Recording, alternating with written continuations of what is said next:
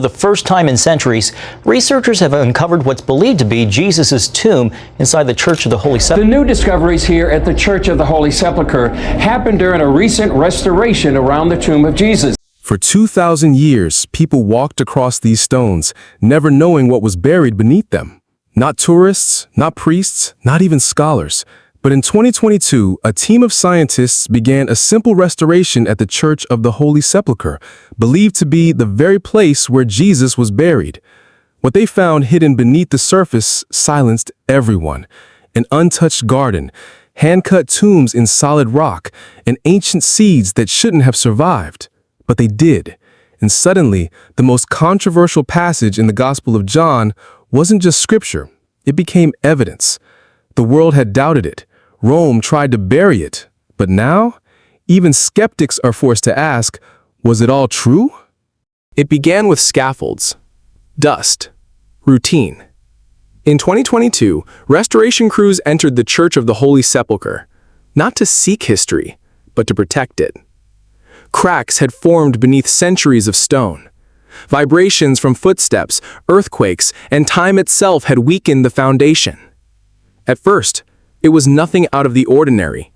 Engineers, historians, archaeologists called in to stabilize the most sacred site in Christianity, the place where Jesus was said to have been laid to rest. The mission was conservation, not revelation. But then, the floor gave way. Not a collapse, not destruction, a void. Just beneath the marble slabs, hidden from every generation before, was an untouched layer of earth. Quiet, dark, preserved. And what lay inside it stopped the team cold. No construction debris, no bones from later burials. Instead, organized garden beds, olive tree roots, grapevines, and most shocking of all, stone walls marking the edges of what could only be described as an intentional, cultivated garden. It wasn't random. It wasn't wild. It was planned. The team froze. Because the Gospel of John, the very chapter that skeptics had dismissed for centuries, spoke of a garden. Now, in the place where he was crucified, there was a garden. But that was metaphor, allegory, symbolism, wasn't it? What they saw beneath their feet said otherwise. A literal garden, a place untouched by time, a space that whispered of a world no longer here, and of a man whose story never really ended. But the soil wasn't the only thing hiding something sacred. There was more, much more. The soil had spoken, but stone would soon scream. As archaeologists cleared more of the ancient garden bed, their tools struck something harder. Unforgiving rock, not natural formation, not rubble. Tombs. Carved by human hands into solid limestone, these chambers weren't random holes in the ground. They were precise, architectural, deliberate, hewn with care, shaped for someone important. The team knew what they were seeing. These were not peasant graves or communal crypts. They were elite tombs, newly carved, never reused. Clean lines, wealthy craftsmanship, exactly the kind described in the Gospels. One of them whispered, Joseph of Arimathea, a man of means, a follower of Jesus, the one who, according to Scripture, gave up his own tomb so that the crucified Messiah would not be thrown into a pit. Matthew said it. Mark confirmed it. John sealed it. And now, beneath this church, stone was confirming it too. These weren't symbolic images from a storybook. These were burial vaults matching first-century Judean style, cut not into caves but directly into bedrock, just as Mark 15:46 describes. Each detail whispered of a moment long buried, a rushed burial before Sabbath, a quiet procession outside the city, a rich man offering his newly carved tomb, and a body laid to rest in a garden. The conflict was no longer between science and faith. It was between what we were told and what now lay at our feet. And just when the team thought they'd found the limits of the revelation, just when they believed the garden and the tombs were the climax, another layer appeared. It was deeper, and far more dangerous to everything history thought it understood. There's something strange about a seed. It dies, it disappears, and then one day, it lives again. As scientists gathered soil samples from beneath the ancient church floor, they noticed something odd. Embedded in the compacted earth were fragments of life, not fossilized, not petrified, but preserved. Olive pits, grape seeds, pollen grains, and not just one or two, dozens, hundreds, sealed beneath layers of stone for nearly 2,000 years, untouched by sunlight, shielded from wind and decay. The garden hadn't been destroyed. It had been protected, as if the earth itself had chosen to wait. Each sample was cataloged, analyzed, dated. What the results showed sent ripples through the archaeological community. These plants dated back to the 1st century, the exact window when Jesus was crucified and buried. But it wasn't just the age of the seeds, it was what they were.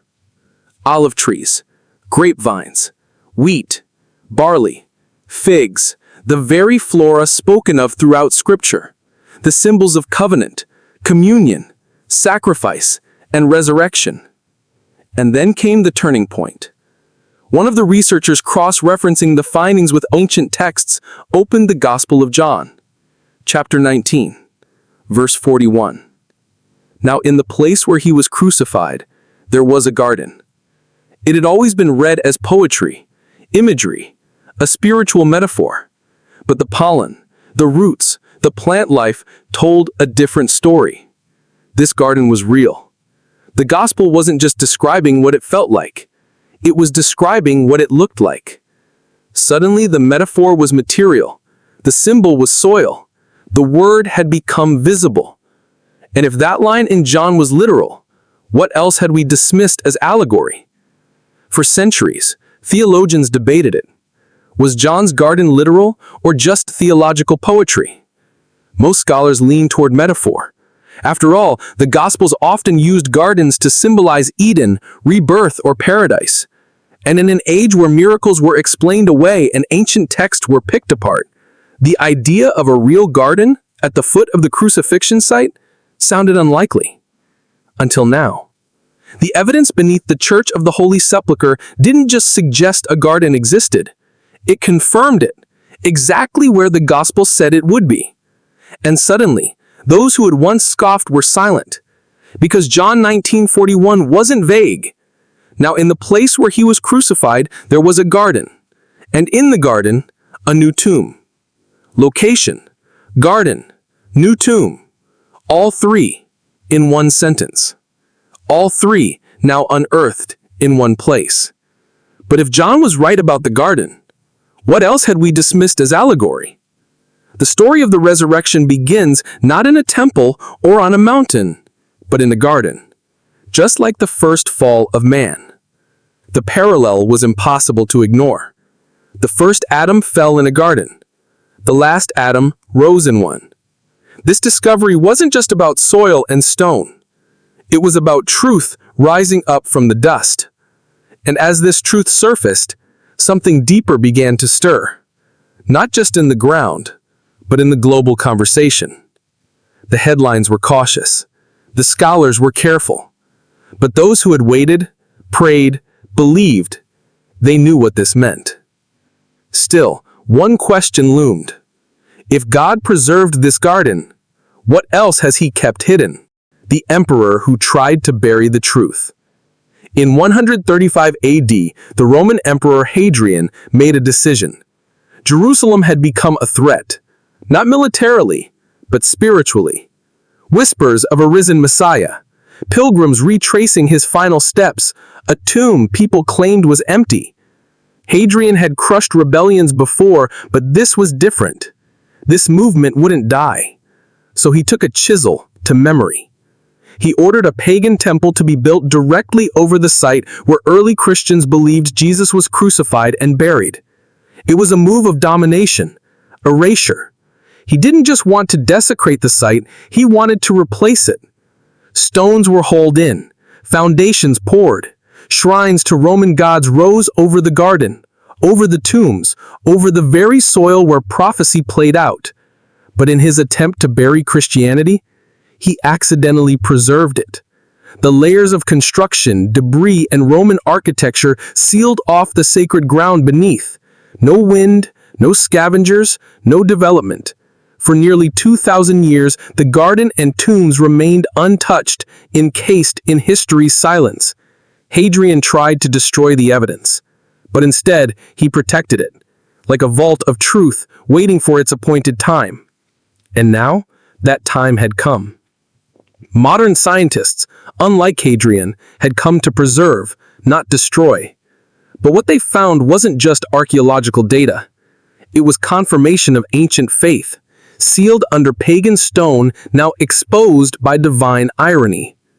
What Hadrian meant as an end may have been part of a plan far beyond his comprehension. A plan that involved soil, seeds, and centuries of silence. But history's greatest empire couldn't bury this truth. What happens when it's finally revealed to the world? It wasn't just the garden. It wasn't just the tombs. It was where they were.